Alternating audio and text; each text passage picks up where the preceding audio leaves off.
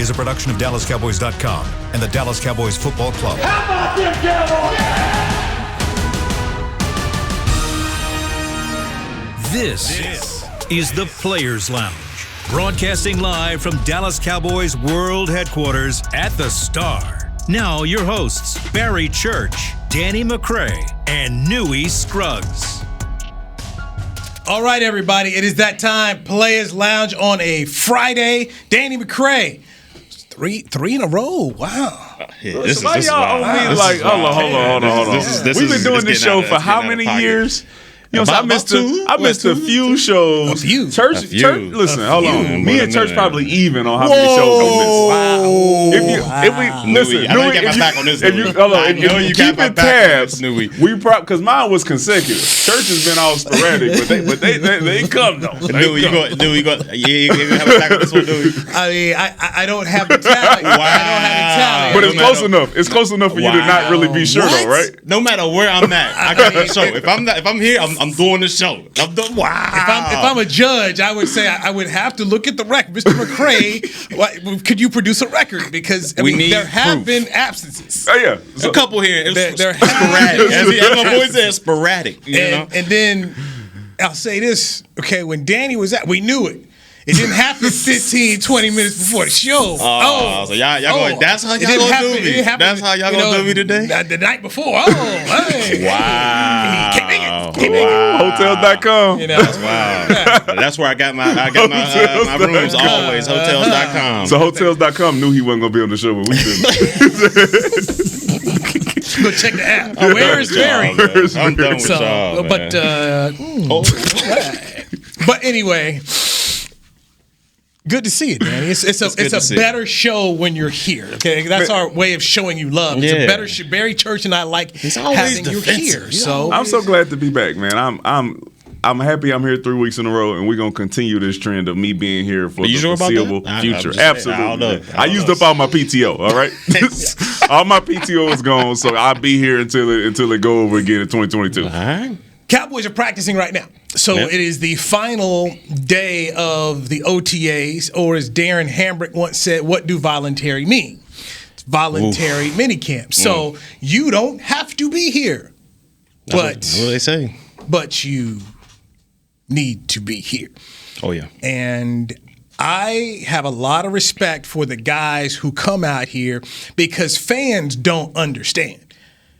There are a lot of guys. Now, Dallas is a different place, but there are a lot of guys who don't live in the towns they play. So when you come in to do a voluntary OTA, you're having to, a lot of times, come back into the place where you are, spend time away from your family, and you're not getting paid for it. It's what you're doing for free. Warren Moon spoke about that. Was one reason why he decided to retire. He was playing his final days in Kansas City. And he said, I was away from my family. So in order for me to do the voluntaries, and they wanted you there for the voluntaries, you had to spend time away from your family. It was voluntary. He's like, I knew the offense, but it's what you had to do. So I don't think fans always understand. Guys, not a lot of guys always live where they play full time. And when people are asking you to come in for these voluntary mini camps, sometimes it costs some of these guys money. And we're talking about not the big number, not the DAX of the world, but for guys who are minimum veteran guys or rookies, these are things that these are expenses.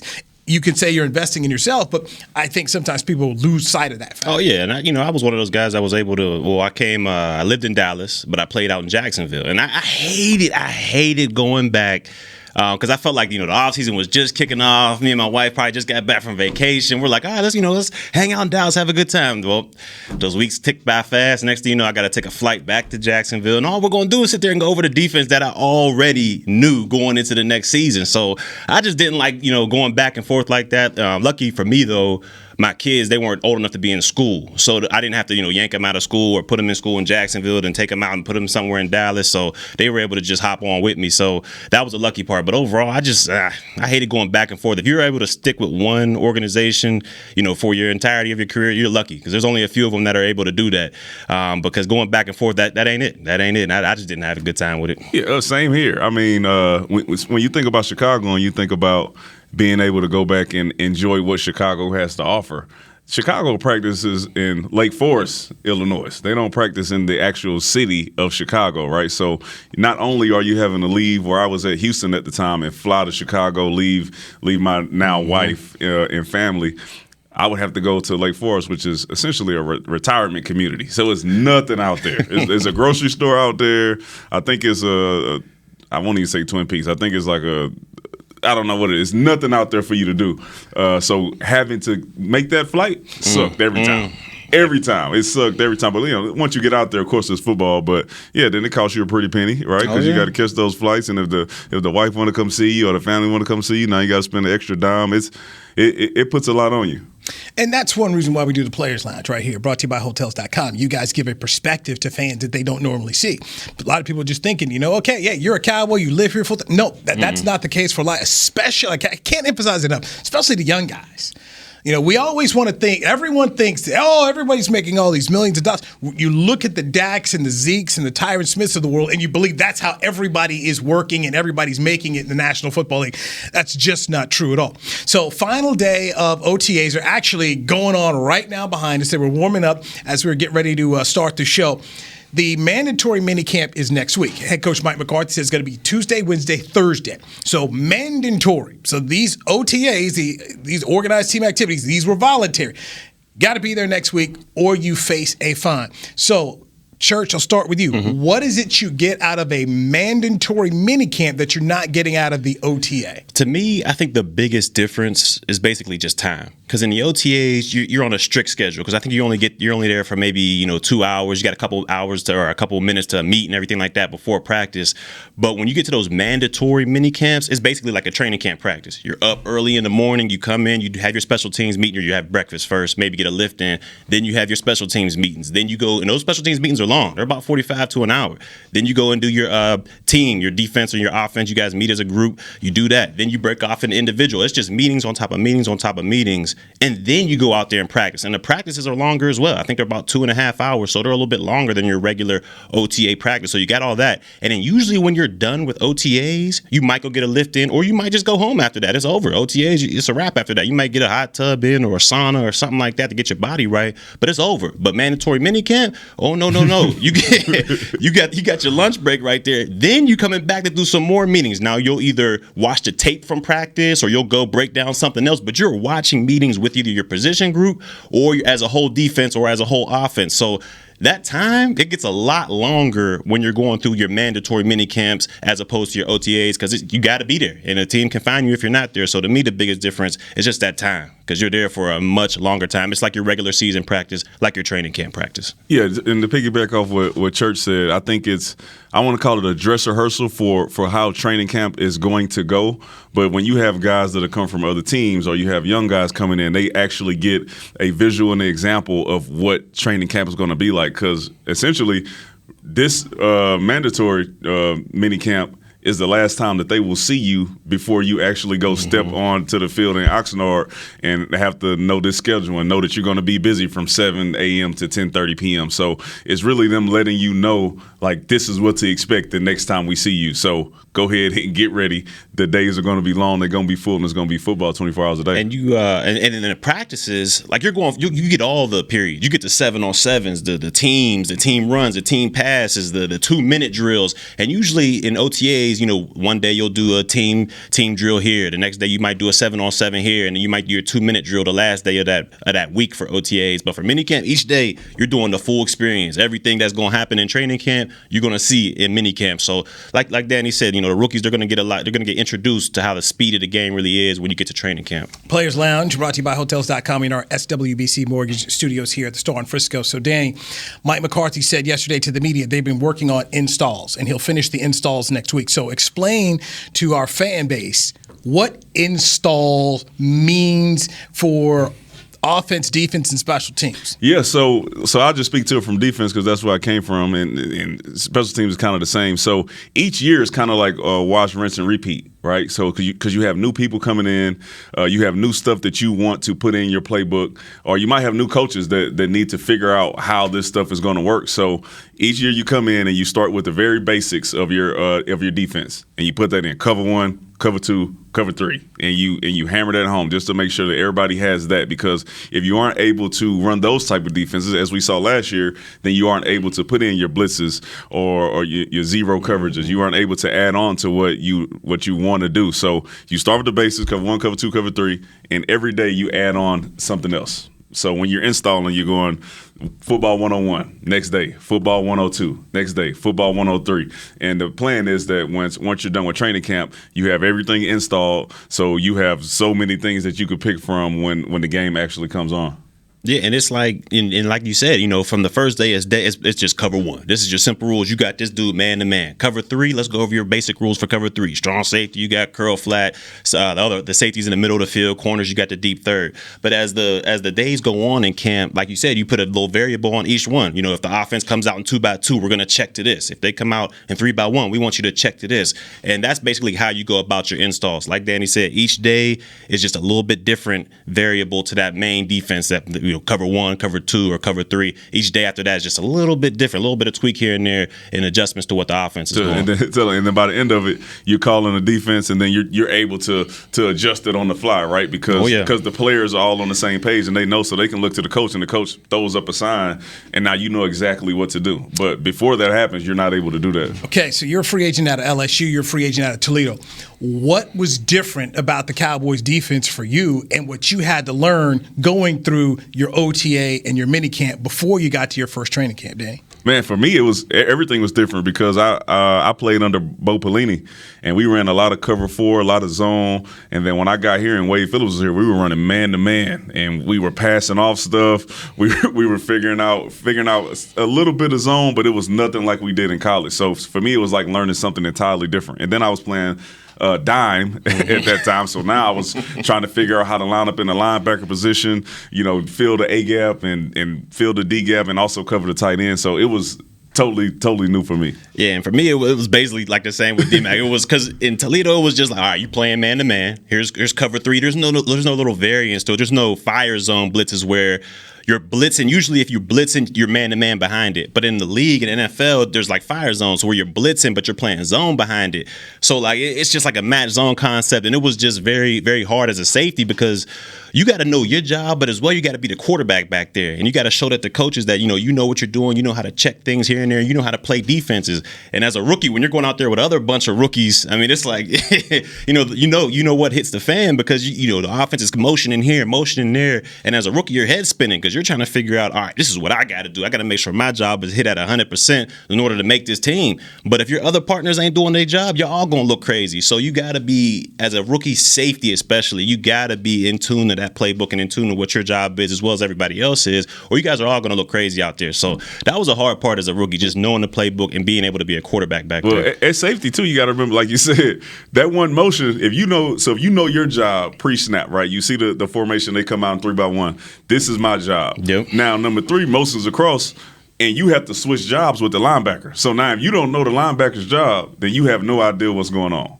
So just one person moving on the field can change everything for a defense. So that's why you see a lot of miscommunication sometimes, or you see blown coverages because one person may be off. They may not understand what they're doing, or they're not on the same page with a simple motion or a check. And then you get somebody, running behind the defense for a touchdown. And as a safety, you also got to know, because like you said, they're going to move you down the dime. Because that's where the league is going now. It's going to a pass offense. So they're going to bring as many skilled players or cover players as they can on the field. And with dime, that's just a one linebacker, and you got about 5 DBs out there. So as a safety, you not only got to worry about, what you got as your responsibility on the deep end, but when you come to dime, you're a linebacker. So you got the run fits. And that's what blew my mind as a safety. It wasn't really like calling plays back there. It was the run fits. Like if this guard pulls here, you got to be able to check one gap over and make sure that guy over there, that linebacker on the strong side is going to hammer him. So you got to be next in line to hammer. It's just wild. It's a lot. Because if you miss one hammer or you spill, which meaning you spill the running back goes further outside, or if you hammer, making them go inside. If you mess that up, you can mess the whole integrity of the defense up. And then on Marinelli and all his defensive film, you can see like that's what happened to the defense. That's who messed it up. So it's a lot of pressure for a young cat out there for sure. This is educational, man. That's why I love asking you guys questions about this, because these are the things that I want the folks who tune in to the show to have a little bit better understanding of. Because we talk about so much about just the overall things, but there's these little things that matter. And my next question is, when you're confused, because obviously you say, hey, I don't know this. Who do you go to? Do you go to your position coach? If you're a linebacker, do you tap into somebody like Keanu Neal? If you're a safety, you go and you tap into somebody like KZ who knows his defense. Where do you go? If you're Micah Parsons, Jabril Cox, where do you go? That's tough now for Michael Parsons. Are we talking about like right after the play? Or are we talking about like, man, I'm throughout the practice? Practice is done. You've soaked it all in. And then that other part with a guy like Parsons, I would say you'd ask Neil, but these are people's jobs you're trying to take. Yeah. How does that work? If it's Parsons, usually you go ask Sean Lee. So they have to figure out who that person is, if it's going to be LVE or Jalen Smith. But I would start with asking one of the veterans to show me how they study tape and how they remember it. And then if that doesn't work, then you got to go to your position coach, because he has to know that you're not picking it up as fast as you can. So he's not putting you in situations that he thinks that you should be successful in, and you're not, because he has no idea you're not picking up on what he's trying to teach. So you got to let everybody know so they can all help you. If you don't, like I said, that's your job on the line. So and that's the biggest thing that the young rookies make is a mistake, is they go out there thinking, all right, if I don't know what I'm doing, and the coaches, they see that I don't know what I'm doing, it's a struggle. It's going to be a whole bust. Right. But you don't want to go and tell your coach, because then you think, oh man, he's going to think I'm not not studying, or I'm not in my playbook like that. And then, like you said, the veterans out here, they're fighting for their jobs as well. So, you're going to tell them how to go, but are you going to give them all the ins and outs of the situation? I don't know. As a veteran, I wouldn't. But that's just me. See, that's crazy. That's just me. Church has some great veterans that he was able to learn from that didn't take it. They were like, hey, man, listen, if you want to know how to do it, then we'll teach you how to do it. And if you mess it up and we think that the play call is wrong, we're going to have your back for it. So I don't know. But see, I know why they did that, because they didn't think I was a threat. That's why they was like, you know what? Hey, I'll tell you how to go. Come here, little young guy. Come here. He's drafted, dude. We don't even know. Is he a linebacker? Is he a say? I don't know. Okay. Let me tell you how it's done. That's what happened. I'm still gonna give Gerald Sensabaugh his credit, because he helped me out more than he ever would know. And I'm not sure if he had the same thing with Church, but as far as him being a leader in that DB locker room, he did as much as he could to make sure that we were team building. I will say that. And he had our backs when he thought something was wrong. He would step up and let the coaches know, hey, man, that's not right. You're not putting them in the right position to be successful. That's what great Tar Heels do, baby. That's what great Tar Heels do right there. Okay. He was definitely a good leader. I give him that. He was. Let's hit a break here. All right, when we come back, what offensive and defensive players need to step up for the Cowboys? And what are some of the top position battles that you're going to be looking for as the Cowboys get ready for training camp next month in Oxnard, Oxnard, California. It's Players Lounge right here on DallasCowboys.com radio. How great would it be to travel to watch the Cowboys win on another team's turf? Pretty great. But honestly, just watching the game from anywhere but your house would be fun. Even a hotel bar with some guy named Phil from St. Louis who thinks Oakland still has a team. So whether you're traveling to the game or watching from your favorite vacation spot, book a place to stay on Hotels.com, proud partner of the Dallas Cowboys. At Smoothie King, we are blending goodness to fuel your greatness. Every blend is crafted to help you achieve your health and fitness goals. Smoothie King uses only whole fruits and organic veggies. You'll never find sugary syrups or artificial flavors, colors, or preservatives. And unlike some other smoothie places, there are 0 grams of added sugar in many of our blends. Smoothie King is proud to be the official smoothie of the Dallas Cowboys. Place your order in the app or online for pickup or delivery. Smoothie King, rule the day. The Cowboys way, where 16 Hall of Famers and 5 championships shows us what success looks like. Where turkey is always the second best part of Thanksgiving Day. Where we are all defined by one single thing, the star. Where we as fans know it's our job to keep the tradition going. Bank of America is proud to be the official bank of the Dallas Cowboys and to support the quest of living life the Cowboys way. Copyright 2020, Bank of America Corporation. Honey, big news. Gary, are you okay? Oh, I'm not Gary anymore. I'm Jackie Flash. What? See, I want the latest smartphone, but the best deals are only for new customers. So, to get a new customer deal, I changed my name to Jackie Flash. Okay, but the best smartphone deals at AT&T are for everyone, new and existing customers. That's huge. Then guess who's getting a deal? Is it Jackie Flash? Jackie Flash. It's not complicated. At AT&T, our best smartphone deals are for everyone. Restrictions apply. Visit att.com for details. Back to the Players Lounge. Dallas Cowboys football and Dallas Cowboys cheerleaders dance youth camps are back this summer for athletes and dancers of all skill levels. 2- and 3-day camps are available with new dates added at AT&T Stadium and the Star in Frisco. Spots are limited. Register today at dallascowboys.com/academy.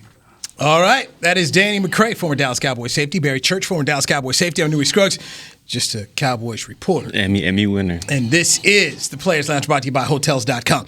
All right, they are on the practice field right now here at the Star in Frisco, and it's the final voluntary mandatory OTA. Voluntary mandatory. Make sure you understand all day long. It says voluntary, but you getting side eyes if you are not there. You in a doghouse. Side eyes. Okay. If you ain't high enough on the roster, you're not getting no eyes.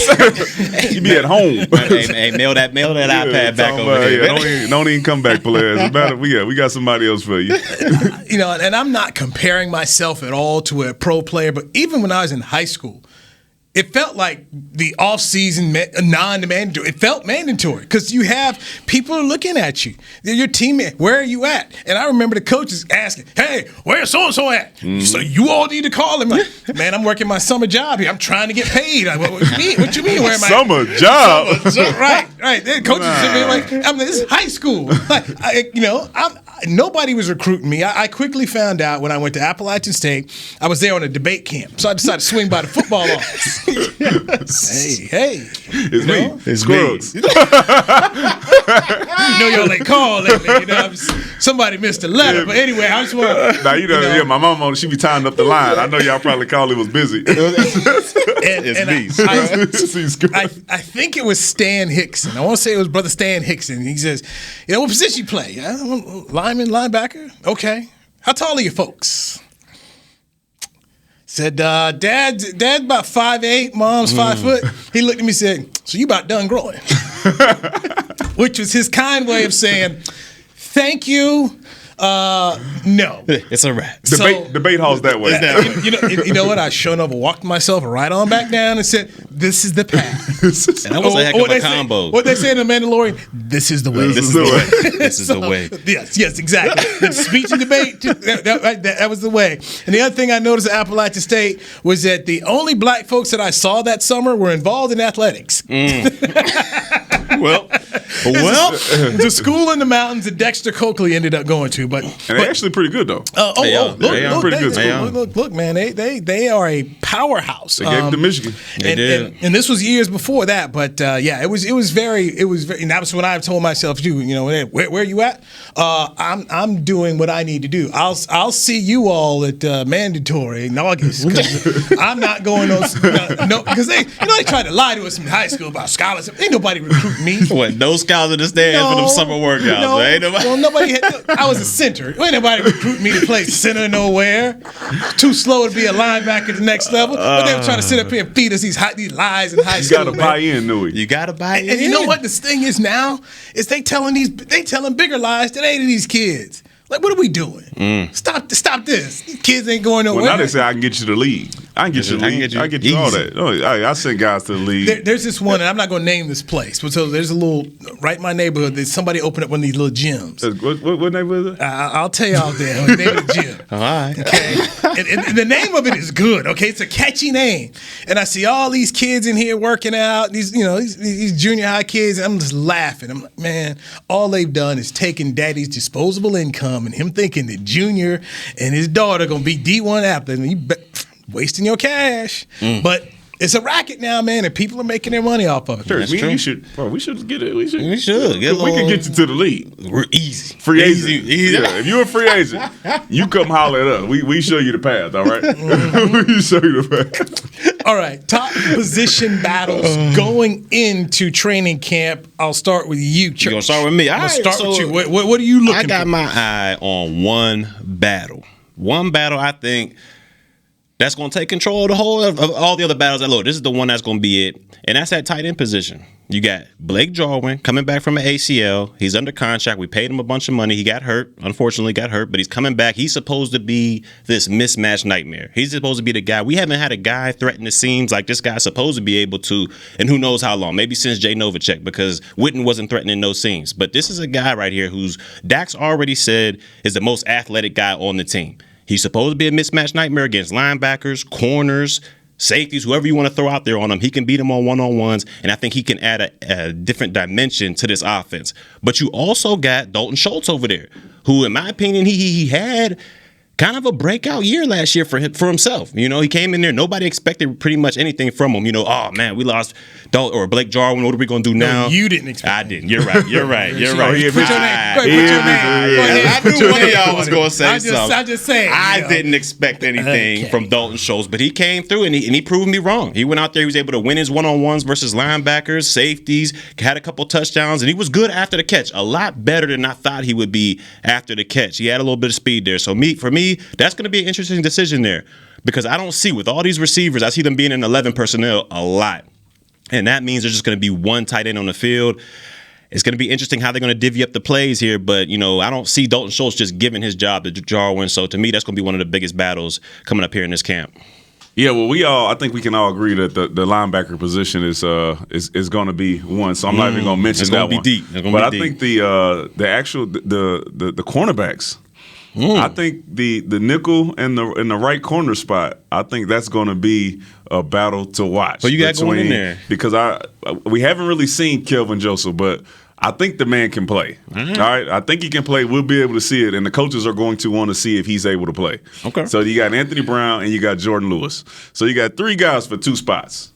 So we got to see which one of those rise to the top, and they're able to take over that right cornerback position, and who's going to be the slot. One of those guys are going to be missing out. I got a question, and I know y'all just a little bit off subject. Y'all saw the catch yesterday from CeeDee Lamb. I'm sure y'all saw the catch. Yeah. That's my problem with the nickel body types that we have with the Cowboys. That was Anthony Brown on them, and CeeDee Lamb's not Megatron. He's not nowhere near DK Metcalf. Nothing, and he went up and rised above him, got the ball easily, and kind of shielded him off. That's my problem with the body types we have at corner here outside of Diggs. We don't have any height. We don't have any size. We might be able to defend all that quick stuff underneath, but when it goes deep, I'm concerned about it. But, you know, we'll get back to the training camp. Yeah, that's going to be a battle. It's going to be a battle to see if Quinn has those guys who can make those plays. They obviously believe in him some type of way. They see something. They see something. So, you know, with his experience in having those corners and being able to bring guys in that can make those plays, you know, I'm gonna give him the benefit of the doubt because, you know, I'm all in on Quinn. So I think top 10. I think that cornerback position, because I think Diggs has his position locked up, but I think those other three guys, that's gonna be a battle to pay attention to. When you bring that up, the first thing comes in my head. Look at the schedule. Boom, Tampa Bay, Mike Evans, big Godwin, big receivers, and I'm just sitting there thinking, I'm like, man, you know, I'm not going to say these guys can't do it, because, you know, I've seen, you know, smaller corners still go out there and be dogs out there on the outside. But we got a lot of corners with that same body type. It's going to be difficult. All right. For me, I'm going to go right to what I thought the essence of the whole 2020 Dallas Cowboys problem was last year. Run game. Defensively, they were 31st against the run. They were basically last until that last month of the season where they got to play some dogs and ended up getting bumped up to 31. So for me, I got to look at these defensive tackles. Okay. Who is going to stop the run? What's one way you can help your defensive backs? Put some pressure. This is true. You know, as Warren Sapp used to say, and I just keep saying it again and again, the back don't work without the front. If you want to help your defensive backs, figure out how to get better up front. So, you know, Quentin Bohannon, the big boy from Kentucky, yeah. You know, 340, 350. You know, big boy right there up the middle. So you got him, Neville Gallimore, Justin Hamilton, Tristan Hill, kid from UCLA, Osa. You know, these are the guys I'm going to be looking at to say, what can you do to help stop the run?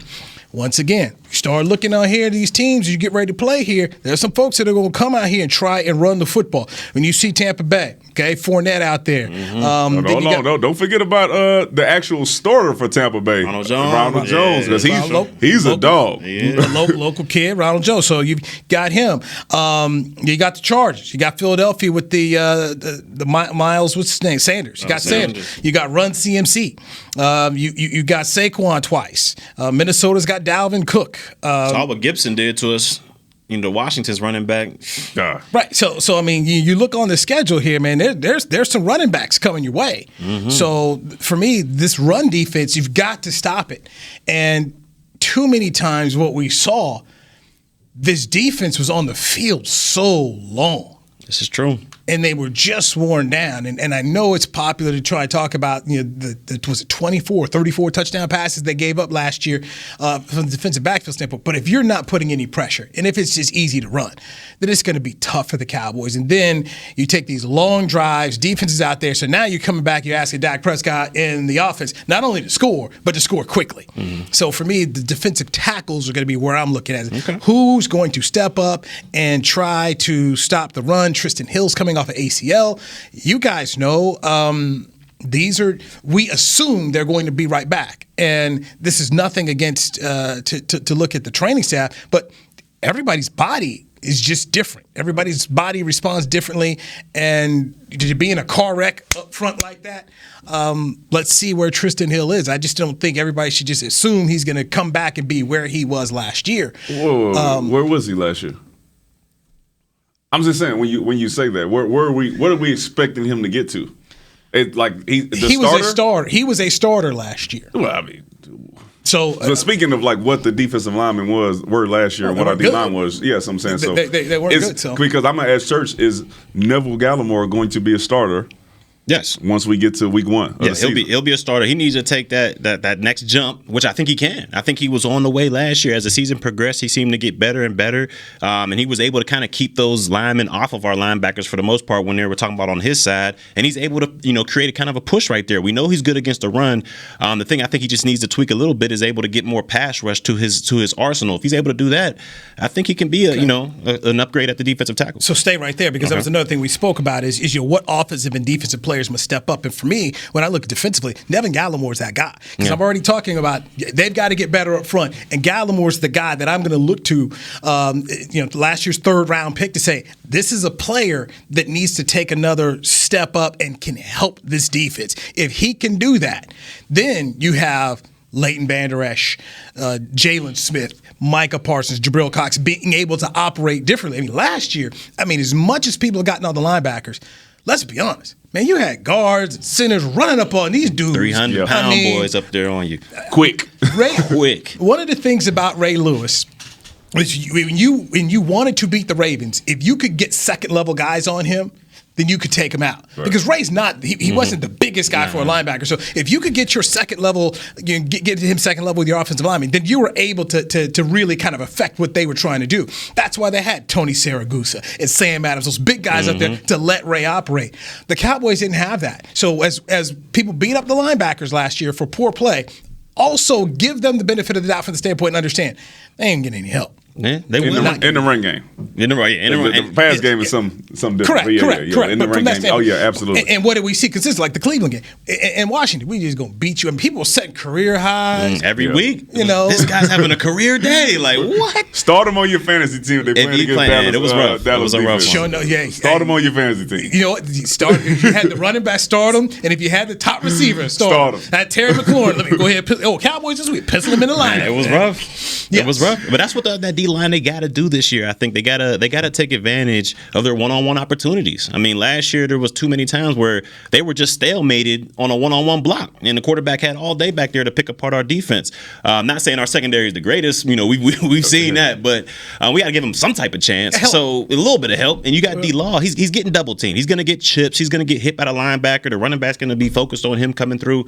So these other guys, Gallimore, Tristan Hill, whoever steps up, and outside of Gallimore over there in the other defensive tackle spot, and then Randy Gregory, they got to take advantage of their one-on-ones just to give a little bit of help to that secondary. So, McCray, Gallimore was why a defensive player needs to step up. What about you? It's going to sound crazy, But I'm going to say Jalen Smith.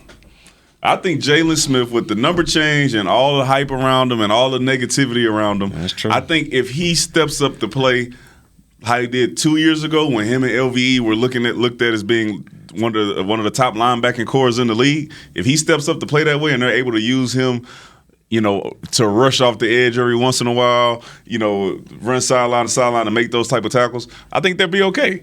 He needs to step up because he changed his number. There's a lot of pressure on him. He put some pressure on himself. Yeah, for sure. I want the man to do good, so I'm going to give him that. He needs to step up and play like the guy that he says he is. Watch the film. That's true. And for me, defensively, I'm gonna go with you on this new. I think I'm gonna go on the defensive line as well, but I'm gonna go Randy Gregory on this one because I think this guy can have a breakout year, and I think he can be one of those premier defensive players, especially if he's opposite Tank Lawrence. If he's able to get those one-on-ones and start beating these one-on-ones on a consistent basis, I think this guy can be a havoc throughout the league. I mean, we saw throughout the last couple weeks of the season. I mean, he had 3 forced fumbles in one game. The guy was causing havoc in the run and the pass. He has that type of ability to bend and get around offensive tackles that's unique, and he has speed as well to get off the edge. So I just think this guy is a freak athletically, and I think he can benefit off of playing opposite DeMarcus Lawrence, and he can if he can step up, he can be one of these premier guys. I know what Newy wanted. He wanted to hear. He wanted to hear Tank Lawrence. No, but it's not like he was not healthy last year. We all know the year he had the year before. So I'm just going to say the man's going to be healthy. So I'm going to leave him off my list as people did. I gave you mine because at the end of the day, his play has been adequate. He's not a blue chip player, but his play's been adequate. Absolutely. The play at the defensive tackle spot has been inadequate. I mean, this was below average. It was bad last year. This was bad. And if Tank has a Pro Bowl year, it won't matter because they just go run up the middle. And so that's why he's not on my list. Now, what about offense? Okay, offensive player who must go ahead and step up for you. Tyrone Smith. Yeah. And I'm with you. 100%. We're all in agreement. We're all in agreement. Okay. 100%. Not only does he need to be healthy, he needs to turn back the hands of time at least 3 to 4 years to where people feared him. Where that punch, when you came off his side, was like, if he get his hand on me, he's done. We saw a lot of mental errors coming out of Tyrone Smith, a lot of holding calls, some things that you don't usually see from him. So I think if he's able to tidy some of that stuff up and he's able to stay healthy, I think we got a real shot of our offensive line. But if not, you know what I think. Look, it's Tyrone number 1, and then 1A is our guy Lel Collins.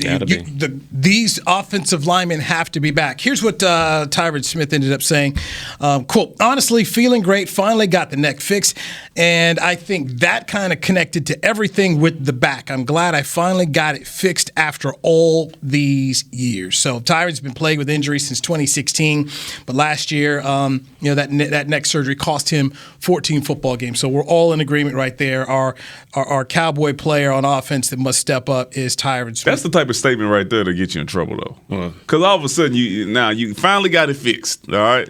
Now, so what? I'm not even going to. You don't want to. It's 2011 Smith. This was 2011 Smith. 2011 Smith. Man, I hope the man stay healthy, but I'm no dummy when it comes to some of the injuries. When people start to have these type of injuries, age and the position that you're playing, it's really, really tough to avoid having those same type of injuries again. Okay. Uh-oh.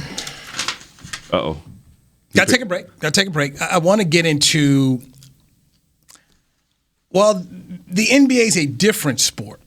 I want to compare just a leadership standpoint from the NBA. Can you compare this to the National Football League? Because you guys play, so I just want to get your thoughts on that. Also, we raised the question in our topic discussion of should we trade a particular player? So let's dive into that next. It's Barry Church. That's Danny McCray, Newy Scruggs. This is the Players Lounge on DallasCowboys.com radio. There's nothing as unique as our eyes, which is why Essilor pioneers ways to make lenses as unique as you. Verilux for super sharp vision, Essential Blue for protection, and Crizal for freedom from glare. 3 cutting-edge solutions in a single unique lens. So whatever your needs, insist on Essilor. Visit your local Essilor experts and find the perfect lens for you. See more, do more, Essilor. At Smoothie King, we are blending goodness to fuel your greatness. Every blend is crafted to help you achieve your health and fitness goals. Smoothie King uses only whole fruits and organic veggies. You'll never find sugary syrups or artificial flavors, colors, or preservatives. And unlike some other smoothie places, there are 0 grams of added sugar in many of our blends. Smoothie King is proud to be the official smoothie of the Dallas Cowboys. Place your order in the app or online for pickup or delivery. Smoothie King, rule the day. New Dr. Pepper Zero Sugar. You deserve it. I do deserve that. You deserve decadent flavor without sugar, and a day at the beach without sand getting everywhere, and a relaxing bath that your children don't interrupt. I deserve all that? It's really just a visual metaphor for Dr. Pepper Zero Sugar. Everything you want, nothing you don't. A visual metaphor on the radio. I do deserve that. Dr. Pepper Zero Sugar. The zero you deserve is finally here. It's game day. You know what that means. First, kebab prep. Steak, pepper, onion, steak, pepper, onion. Next, a counterclockwise lap around the room. Now the lucky grease-stained jersey goes on. And lastly, the dance. You know the one. This is a game day ritual no matter where you are. Whether you're traveling to the game or watching from your favorite vacation spot, book a place to stay on Hotels.com and keep the tradition alive and well. Hotels.com, proud partner of the Dallas Cowboys. Back to the Players Lounge. Things are heating up for Cowboys Nation at the Pro Shop. We've got new arrivals, restocked items from Nike, New Era Tommy Hilfiger, DKNY, and more. Pair some football fashion with your spring and summer fun when you gear up at your local Dallas Cowboys Pro Shop or log on to shop.dallascowboys.com. Newy Scruggs, longtime Cowboys reporter, joined by 2 former Dallas Cowboys safeties. They were free agents who made the team. Danny McCray out of LSU, Barry Church out of Toledo. Yes, sir. Yes, sir. Go Rockets, baby. Go Rockets. Not he like Toledo. They sent me a goodie bag. So, you know. You talking about flip-flop. I'm not mad at him. I'm not mad. I'm just glad to see the family. Rockets, baby. I'm glad to see the family got back. What type of goodies is Toledo sending? Then you come out here with that. When you describe what's in a Toledo goodie bag, what's in there? We ain't got the bread of the SEC or the Big Ten and all that. I just want to know what's in there. Just don't worry about what we got. They're going to get some shorts, tees. It changed his whole perception because he ain't. No. He tried to play me at first. So I want to know what they put in. Was a stack of money or something? Did they give you something to change your mind? Like, what was it? This ain't LSU. This ain't the SEC. This ain't LSU. You know what I mean? I'm just asking what the goodie bag. We ain't got players coming back, just dropping stacks on the field. We ain't got that going on there. You should be that guy, bro. You supposed to be the guy at the Toledo game, at the bowl game. Stop that, bro. Stop that. We know what Shad Khan did for you. Well, we can Google. Shout out to Shad Khan. Google him. Let me hold something. You see though, side note though, they trying to redo the whole downtown Jacksonville, man. They got a whole new thing. Urban moving back? I'm not even. Yeah, man, they gonna win you back? Nah, it don't matter. They can put $1 billion into that. I ain't going. You'll never see anything on my flight itinerary that says Jacksonville, Florida. Shout out to Shaq for helping your boy out though. So yes, sir. We were preparing for the show, and on the show notes, the topic came up of trading linebacker Leighton Vander Esch. Church, I will start with you on this topic. If you're asking me right now, like specifically, this moment in time right now, I'm going to say no.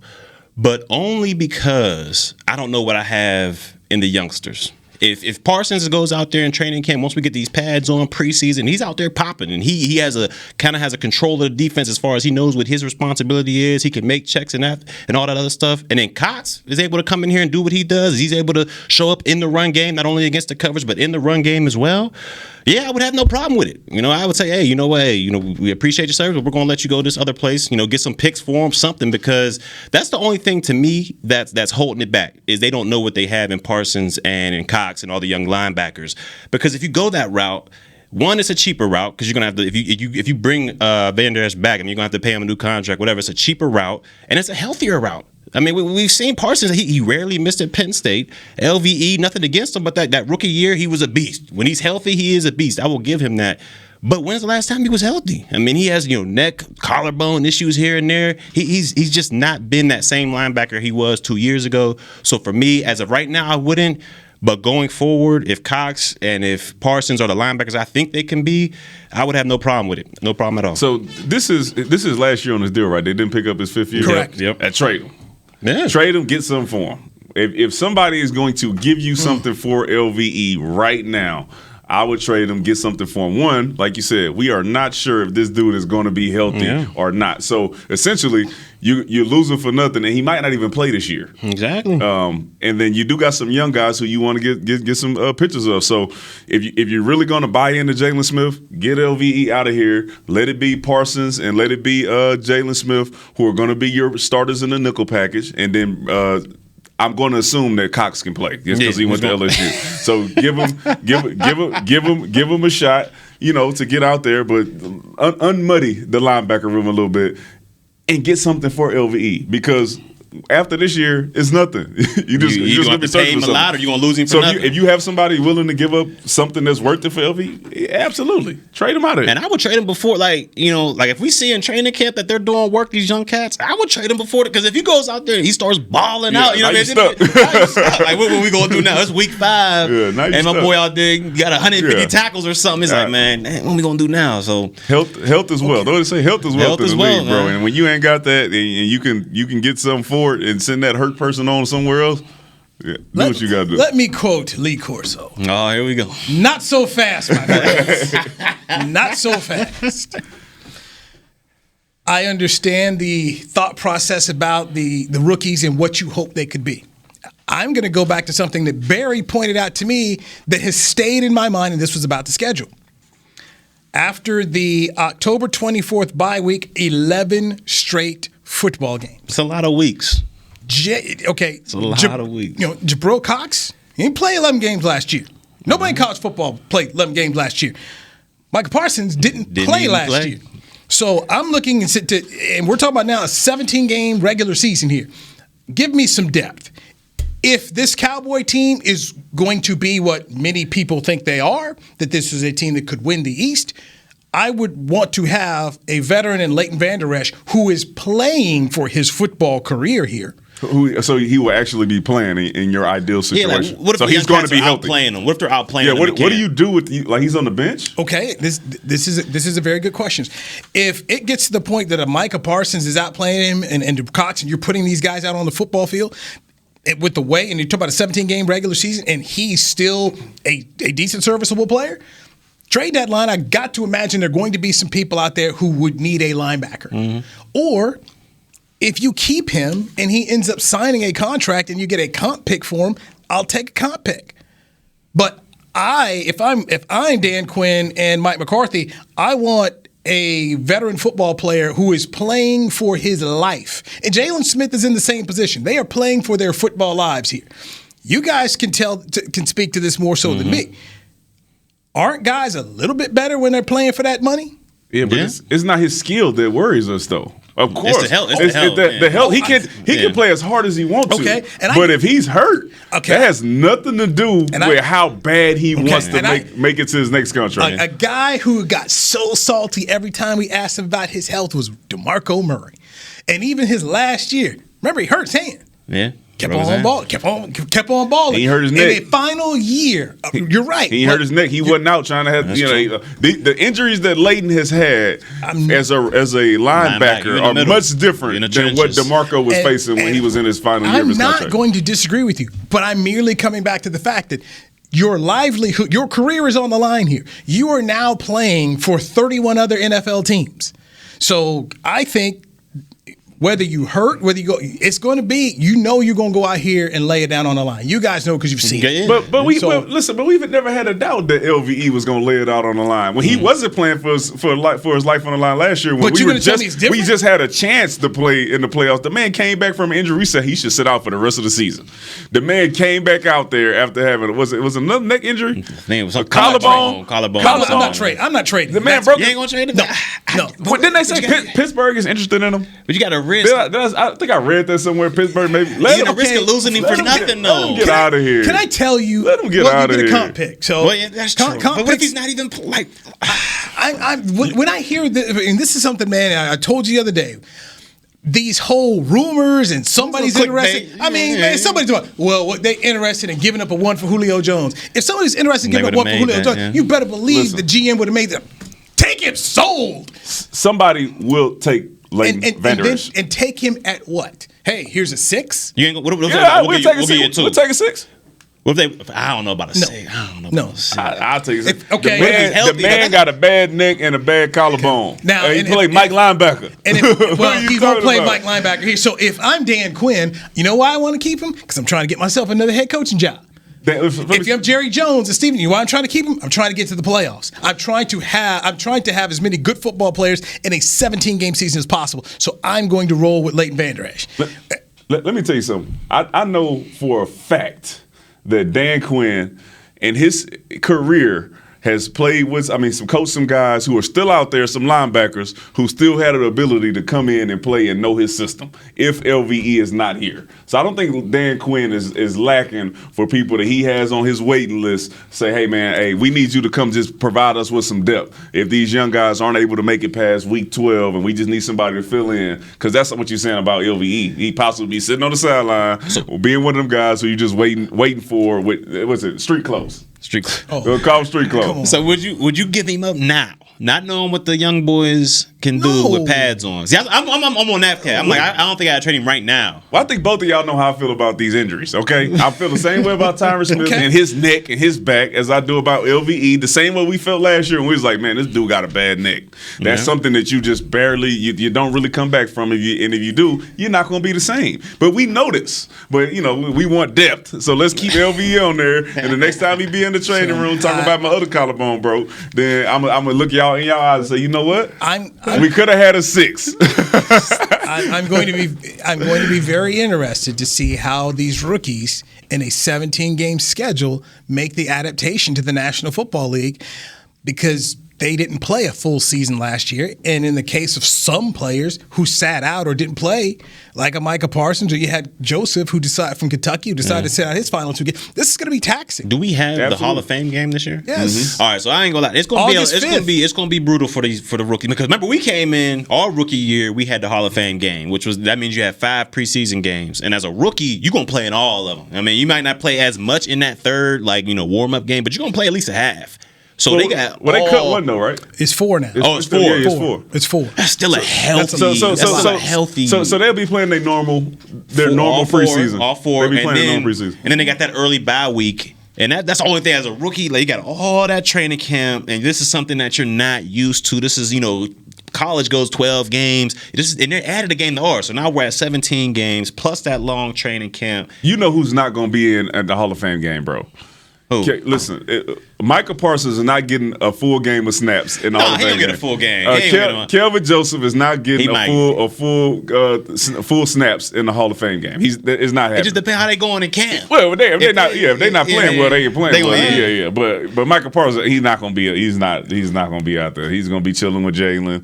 Wouldn't that be something if you see LV or Jalen out there in the Hall of Fame? Hey, I ain't going. If I'm LV and I'm Jalen, and I look over, I got my hat on, I'm eating my seeds in the preseason game. I ain't gonna play a lot. I look over and I see this young rook right here beside me talking about. Yeah, you in trouble. You know what's up. Oh yeah, you in trouble. You know what's up. He better start asking for trades. Hey man, look, I'm gonna go see what I can get on this market out here, because if you look over and you see that, that's got to be what? When you get to that game, if you're a rookie and you're not playing in it and you got on street clothes, that means you had a hell of a OTAs, you had a hell of a mini camp, and they are expecting you to really provide for them during the season. Yeah, unless you hurt and you're a rookie and Dez ain't playing in that Hall of Fame game, but we all saw that. We was like, man, that dude's the truth. But so it's like it's not even worth it to risk it. Yeah. Okay, that's a nugget right there for the audience right there. That's a good nugget. Yeah, they're in trouble, though. I ain't gonna lie. They in trouble. The linebackers? They in trouble. They in trouble. Well, listen, the man made a hell of a play yesterday. A hell of an interception.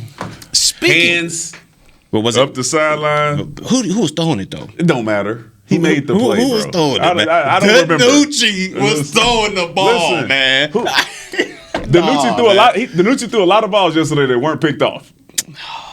Micah Parsons got his interception. We all know DiNucci ain't got the juice. He's going to take away from the man getting his interception. Nah, man, because he held back Double G last year. We was sitting back there at the Town RV, whatever, and you was talking about DiNucci. That was before the game. Before I saw what I saw on the lights. Dalton Schultz and DiNucci. Dalton Schultz and DiNucci. I was wrong on Schultz. Them two on you. I was wrong on You was wrong on DiNucci too. How was I wrong on DiNucci? Bro, you said DiNucci should have played before the game. I just remember that saying, he has athleticism and stuff like that. He could run. But then he went out there. The Ben DiNucci versus Trey Lance national championship game up there in Frisco. So we'll always have that as a memory. Speaking of in trouble, Clippers are in trouble tonight. Or are they? Because the Mavericks can close them out. The road team has won every game. And here's the question I had in terms of the NBA versus the NFL. How do you look at a player making a lot of money who's not doing their part? And I bring that up because Kristaps Porzingis is making $158 million, and he's not even the second best player on the team, and Luka Doncic is carrying him right now. How do guys in the room look at another dude making a big old check, not getting it done, but winning is being done despite this? Go ahead, D-Man. That usually don't happen in the NFL. If your big time player is not playing well, then you're usually losing. But when you are losing and you're looking at that guy, you also looking at management like, man, what the hell is going on? Especially if this guy is one of those boisterous guys, one of those guys who the rah-rah guys. And you're like, hey, bro. But what are you talking about? Because you just missed 3 tackles that you're talking about over there. So I think what happens is the players behind the scenes lose a little faith in that person as a leader. But, in his face, it's like, yeah, you still the guy. But when you go home, you like, hey, bro, buddy, sorry. He's stealing. He is stealing. Me and D-Back have had plenty of conversations over the phone. Rookie year, a couple years. Man, I thought he was supposed to be the truth. I ain't going to say no name, but I thought he bad 80. I don't know. He getting like 20 a year. I thought he was supposed to be the truth. I don't know. So it happens. But like you said, I mean, if he's that raw guy that's in the locker room talking about, we got to win this. This is our championship. And he goes out there and lays a stinker. You still gonna look at him like, man, you just ain't have it tonight. But like you said, you gonna have conversations with your boys like, man, hey, buddy just ain't got it no more. So when he starts talking, everybody giving each other a look. Like, what is this dude? Okay, so here's Porzingis. Okay, Mavs go in. They go in LA. He go show up at the strip club, and he potentially could have gotten suspended. But it's like Luka's out here carrying the team. You now caught up in the strip club, like they're not going to notice a 7'3" white guy in a strip club in Los Angeles. They thought it was Dirk. Nah, they thought it was Dirk. He had in the whiskey jersey. He's full of Johnny Manziel. And that's another thing. You in the middle of the series. Bro. Well, you ain't doing that, so That's true. But the largest contract, in Dallas Mavericks history. What's crazy is I would have signed him too. The way he was playing in New York, I would have gave him a nice. No, maybe not 150. I would have paid him some bread though to come to my squad based off what he had some. You like injured dudes, but based off the injuries that he had, he would have got a little less. But he was balling in New York. Here was my issue with the deal because first off, everybody just gave it. Nobody said anything. But to not give yourself a team option in the last year with a guy who's got a history of being hurt and people that tall have that history. Oh, yeah. That was the thing I just said, wait. You need to protect yourself somehow on this. Especially, this is the largest contract we ever given out. We're taking care of you. We just need an insurance back. You balling, hey, it's going to be yours. But if you're not, then we need some help here too. Oh, yeah. And he wasn't going to be in a position no. I think he would have signed it. So that was my thing. Was just you needed to. Now Luka, he's up. He's up this year. Hey, they're gonna sign him. But there's no problem. Hey man, go ahead. What you want? Write the check. But you wrote a check to a guy who's been injured, who never played one single basketball game for you, and you gave yourself no protection, no out. That I had a question. I have a problem with that. Can he save himself by having a hell of a game tonight and a hell of a rest of the playoffs by taking them? Oh yeah, if he takes, can he save himself? Yeah, if he takes, because last year was bad too. He got injured. Yeah, and then this year is So all is well if he 20-10 guy, just give him 20-10. Oh, he give him that, yeah. He's providing no defense. Yeah, can you give him 20-10 and what's the name playing better D than he is? What was the big boy? Wasn't Boban? Oh yeah, Boban. Boban's giving work. Yeah, he's playing better defense. Finney Smith is playing better defense, and that's the other issue is, man, you're 7'3", and Paul George basically stepped up to the microphone and said, yeah, there's no real rim protector there. And then they go put Bobby in, and next thing you know, bam, he's out here affecting the basketball game. And I'm sitting to myself saying, the guy making 158 7'3" is a giraffe on skates out here. Yeah, but if you ain't gonna play no defense, you got to be putting up some buckets. You got to be Dame Lillard type. You got to be putting up buckets. Because Dirk wasn't gonna play no defense, but he what was Dirk hit you was with that gonna fade, give that one-legged fade all day. And I had people say, well, Porzingis did hit that shot at the end. That's like a guy at the park. You at the park, and and he's terrible. He's 0 for 10. But for some reason, he hits the game winner. I told you I had this. This was my game from the jump. Like, man, sit your butt down somewhere, man. That's the look. And actually, someone told me that was how he was acting in the locker room afterward. Like he hit. I'm the man. Like, yeah, I sealed it.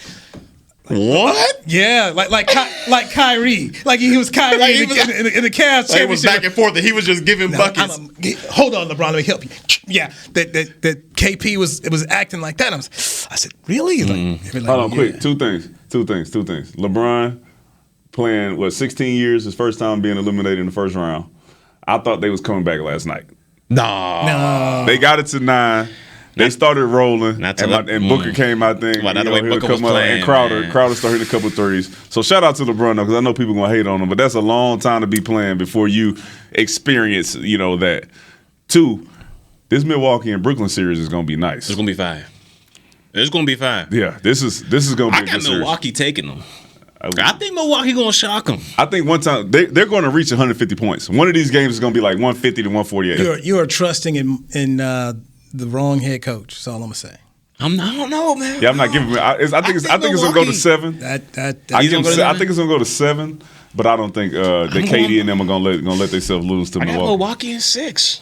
Okay, I got Milwaukee in 6. Anybody want to? Okay, I'm just gonna say. You said what? Coaching. Well, we got to do that off air because I'm not. I'm coaching. Can't do it. We'll see. Yeah, you want Milwaukee in 6. By the way, it can stop. I mean, can we just stop this whole Coach K is the greatest coach of all time? Can we stop this, please? Are you jealous? I'm just saying. Are you jealous? When people start to try and denigrate and act like John Wooden's 10 national championships are no big deal, that he won 7 in a row, threw up a whole bunch of undefeated teams. I mean, look, Coach K I was in North Carolina, and I remember when they were trying to fire the dude. The guy's a tremendous basketball coach. But when we want to say he's the greatest of all time, and you got a dude who won 10 national championships, who won 7 in a row, we're going to act like that doesn't count. Or that was easy then. Stop. You got to let the hype die down a little bit, though. They just hype about it right now because they're doing the press conference and all that. So 7. Yeah, I'm just saying. I feel like he's kind of like a Bill Russell type. Like Bill Russell got 11 rings, but nobody really is like, is he the greatest? I don't know. I don't think anybody said Bill Russell was the greatest. Right. You don't think anybody? Nah, they got Jordan and LeBron and but that's Kobe. What I'm saying. Yeah, Bill Russell ain't. People talk about Russ as the greatest winner, but for me, when I look at John Wooden, 10 national championships, 7 in a row, and I can't count how many undefeated seasons he had. Coach K didn't do that. What Coach K did over the time period was impressive as heck. But when we praise people for championships and then we want to act like the championships don't matter, it was easy, it was easier. I don't give a frog's fat ass what you thought was he got it done. You're right, because Robert Horry should definitely be one of the top players of all time. Robert Horry. That's the guy at the park that comes through. Stop it. Nah, Big Shot Bob. Don't do Big Shot Bob like that. Big Shot he was nice. Buckets. He was dropping buckets. Yeah, he was. Ori, I love my Ori now. Ori, my guy. But Big Shot Bob was out there. When he got older, he was hitting big shots. It wasn't Big Shots Bob. It was just Big Shot Bob. That was the hit. He did it on a consistent basis. No, I'll give you that. I'll say this. If Porzingis could be Big Shot Bob, a lot of people would be very happy. Okay, we're sitting here. You know what? This is the thing. And I remember Robert got there and he got his $35 million. I was there now. I'm telling you, the way the guy went about his job and knew his role, this is the kind of guy you wanted on your team. And when you needed some help, he was there to give you the help. Porzingis can't give you no help. Give me some damn help. Help! Luke over Big there. Shot Big Bob at the court right so you now. sit up and denigrate Big Shot Bob. You think Luke would love Big Shot Bob right about it? Hey, can you trade KP for a Big Shot Bob? So, I'm not going to sit around here and poo-poo what a man did to help. He was smart enough, and that's the other thing too, and you guys know, smart enough and humble enough to say, this is my role, I will accept my role, I'll fulfill my role, and then never stepped out of it. So many times these guys, they do a little something, like you, man. And I'm telling you, man. Big Shot Bob sat in the corner. Everybody was going towards Kobe. I'm sending you. Kick it to Bob. I'm sending you Robert Orr's highlights. Okay. All right. Send me them highlights. He made a lot of big plays. If he comes out of the corner, one of them highlights, I'll be like, all right, I remember. That's easy. I can find a lot of those. I'm talking about. I ain't talking about back to Houston days. I'm talking about those don't count. How the Houston days don't count? Okay, they need to count. I mean, I go back to like Vernon Max. Mad Max is another one of these guys, man. When you needed it, he did it. Vinny the Microwave Johnson. When you needed it, he was there to give it to you. My boy Ray Allen. You need these kind of guys. Ray Allen was the truth. Ray was the truth. He got game. Yes, but I'm just saying. But that was his thing, man. Love Ray. I love Ray. Cover Ray in high school, man. But I'm just saying, you do not. No. I was, brother, to watch what that team was before he got there, then Jerry makes the trade, and to see how he was a part of that championship team and how he went about his work, man, it's underrated. I'm just telling you, it's I think it's rated perfect, man. Very underrated. They got it right. Okay? They got it right. But it's like Jay Novacek, man. It was a guy who was doing his thing with the Cowboys in the tight end spot. No, he's not a Hall of Famer, but you know what? He was key, and he played his role right. You need guys that understand their role, go out there and do their role. I mean, all I'd say is Kristaps Porzingis in that. I got to watch that tonight. Dude, do something. But you're going to watch it, though. Oh, I'm going to go. Of course, it's my job. It's what I do. But can you block a shot? Can you be? The man is 7'3". Can you be as good as Boban was the other night? Probably not, but I mean, you asking for a lot. For need to go for 50. I'm sorry, for $158 million. I'm sorry, I'm asking. Can you be as good as Boban? Yeah. All right. Next week, we'll talk minicamp on Friday. Cowboys have minicamp Tuesday, Wednesday, Thursday. Then they're gone. Hopefully, everybody can enjoy their time off until training camp and be straight. Stanley McCray. That's Barry Church. I'm Newy Scruggs. For Chris, for Aaron, who helped us produce everything in the back. Players Lounge back next Friday right here on DallasCowboys.com radio. It's going to be a stressful off week. This has been a production of DallasCowboys.com and the Dallas Cowboys Football Club. How about this, Cowboys? Yeah!